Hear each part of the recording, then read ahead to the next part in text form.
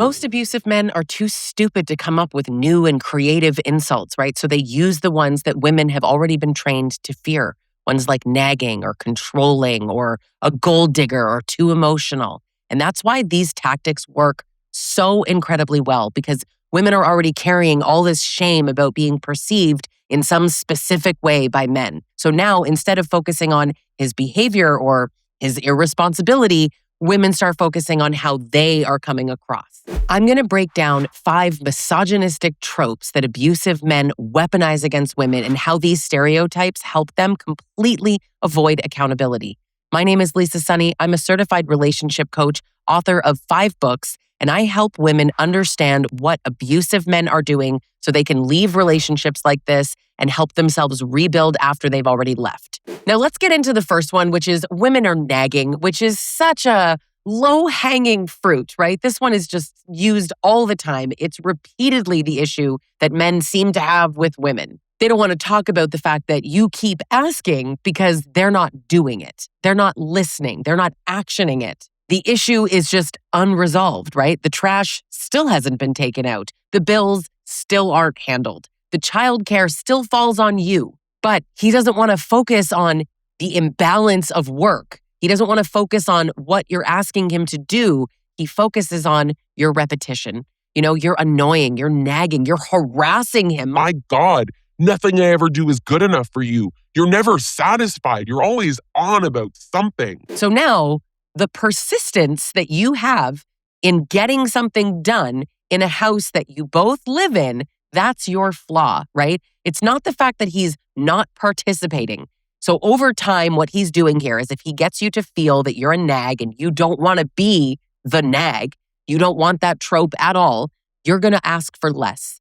You're going to stop asking for things to be done. You're going to do it yourself. This also creates a real hyper independence in some women because you don't want to ask him multiple times. It's easier to just do it yourself. And of course it's easier. It's easier for him.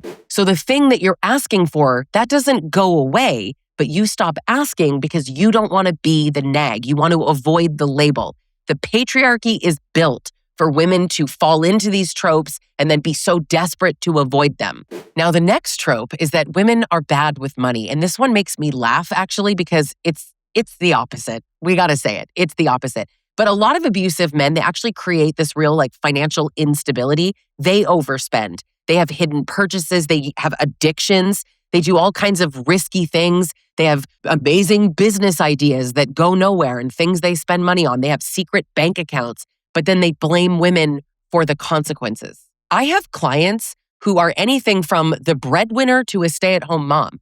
And he is the one who is overspending, acting reckless with money, not saving, being ridiculous. But what is common about this is that they all flip it onto her. It always becomes her problem. She's mismanaging the money. I know for me, I was bankrupting us on my addiction to Starbucks, but we were never able to talk about his addiction to 8 balls. It's crazy, right? It's my fault. And this is so part of the trope, right? Her spending gets scrutinized. A $6 latte or an 8 ball? I wonder which one costs more. But to him, it's justified. And honestly, this speaks to the hierarchy and a lot of the superiority that you see in these relationships, but his spending is always justified. He needed to. It makes sense that he did it. He needs to relax. You don't need a latte. You don't need a new pair of shoes. And it always goes into women are spending. Women are always getting these Amazon packages. The Amazon packages are dog food. The Amazon packages are the shampoo and conditioner that you get delivered to the house regularly because that's what your family uses. She spends because she's doing the labor of getting the things for the house. But the thing is, if we just back up, right? Abusive men use money to create fear and dependence. They want women restricted. They want to be able to control you. 99% of abusive relationships include financial abuse. But if these guys can get you to believe that your spending is a problem and then you spend less and less and you minimize your needs more and more, he has more control over the money. And now this trope is leverage against you. Now, the third trope, I hate this one. Women are emotional and crazy. And the truth is, men are so emotional. They really are. But when you react and you're reacting to mistreatment, you are a bad person. You're just crazy. You're some emotional, illogical woman, right? You could be betrayed or lied to or disrespected or have all this instability thrown at you, but it's always going to be your reaction that's the issue. He'll tell you you're overreacting. He'll tell you you're hysterical. All of this is gaslighting, right? And honestly, it's not even creative. It's gaslighting 101. But meanwhile, his anger, his intimidation, the fact that he's withdrawn, his cruelty, all of that, that makes sense. That's logical to him, right? You must have done something to make him that way. You are emotional and off the rails for absolutely no reason. When your emotional response constantly gets used against you, you start to suppress yourself. It's human nature. You don't want to be seen the way that he's painting you. So you become less emotional, which means you don't share your feelings as much. You try to act very even-keeled and try to take away any sense of emotion, which is justified, right? Women are so angry.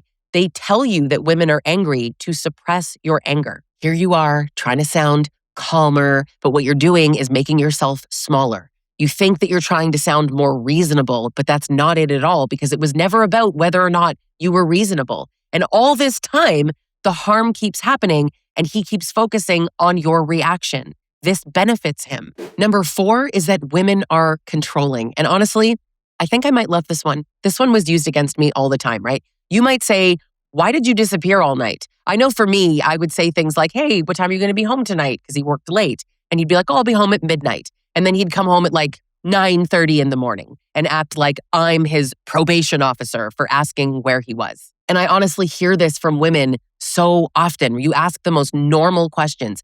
In a relationship, particularly when you're living together, particularly when you share children, if you're married, any of these things, when you're in a committed relationship, it is so normal to know basically where your partner is. I'm not talking GPS location necessarily. I'm just saying if you come home at midnight, okay, maybe it's 12:30, but it's not 9.5 hours later, right? But they frame it like you're being controlling. And I hear this, right? What are you, my probation officer? God, you're so controlling. Oh, so what? I'm not allowed to go out with my friends? I'm not allowed to go anywhere. You just want me home all the time. You want me doing what you want all the time. And this could be a guy who has previously lied to you or cheated on you. All you're asking for are normal things like transparency or accountability, reliability, or participation. What a wild concept. Participation in the life that he signed up for. But now you're jealous. You're controlling. You're suffocating him. God, you're so insecure, right?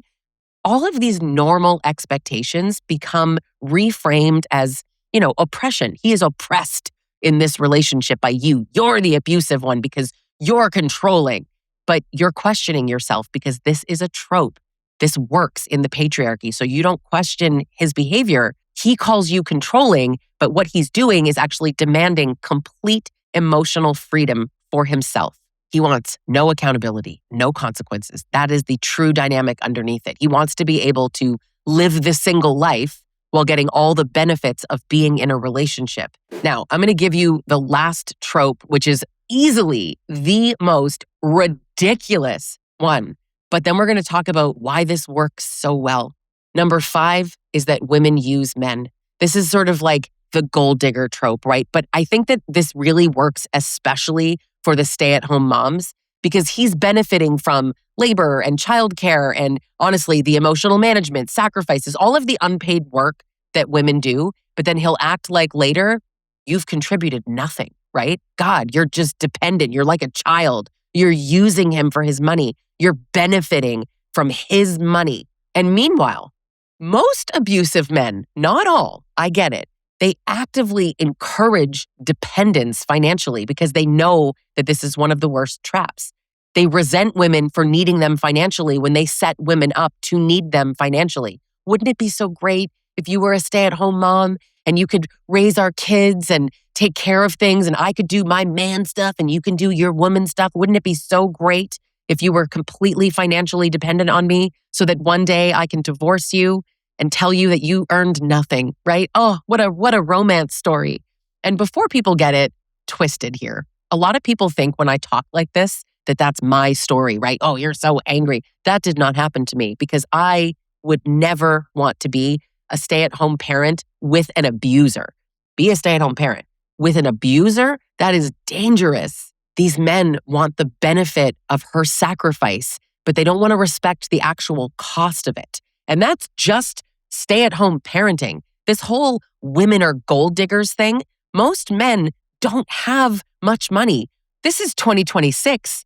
Most couples are both working. Most households require a double income. So many men will say insane things like women benefit from marrying men, which is outrageous because all the studies show that men benefit from marrying women. Men are benefited by being in long-term relationships with women. And then men are like, well, no, she benefits through the divorce. Yeah, she doesn't though, because women don't fare well in divorce. Yeah, what about alimony?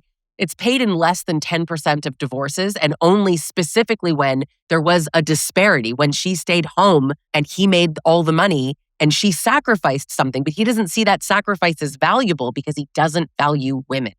Oh, women just want child support. Yeah, women want you to raise the children that you had, financially support your own children. Oh my God, women are crazy. The tropes are endless and you hear it all the time. And I wouldn't be an ounce surprised if you saw these exact men in the comment sections calling me delusional, which is just crazy because again, I don't go by feelings.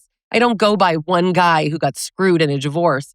I go by statistics and science and facts and broadly speaking, what's actually happening. But I don't fall for the tropes anymore. And honestly, a lot of men hate that. In fact, this was actually Hope Pedler that I first heard say this. And I loved what she was talking about, that the patriarchy has this built-in defense. Once women hit a certain age, they're old and washed up and nobody should listen to them anymore. Those are the women that have figured this all out. The women who are still in their 20s that are still living in the patriarchy, who haven't quite learned yet through life experience, they don't want to be the older women, right? Don't be like those old, bitter, crazy women on the internet. You don't want to be like them. Don't listen to them. It creates a divide.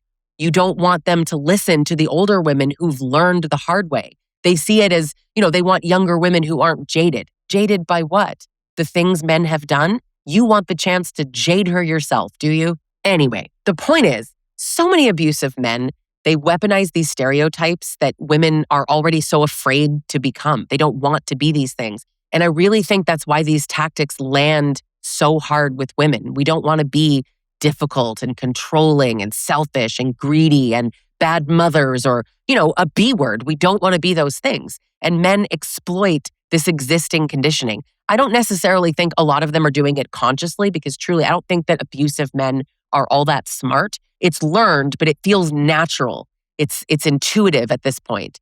They don't need to invent all these brand new insecurities because society has handed them a complete script of how to condition women and how to exploit and weaponize these tactics against them. And over time, you see women being less direct and asking for less and tolerating more and making their reactions softer and being tone police and explaining themselves and questioning their reality and feeling crazy.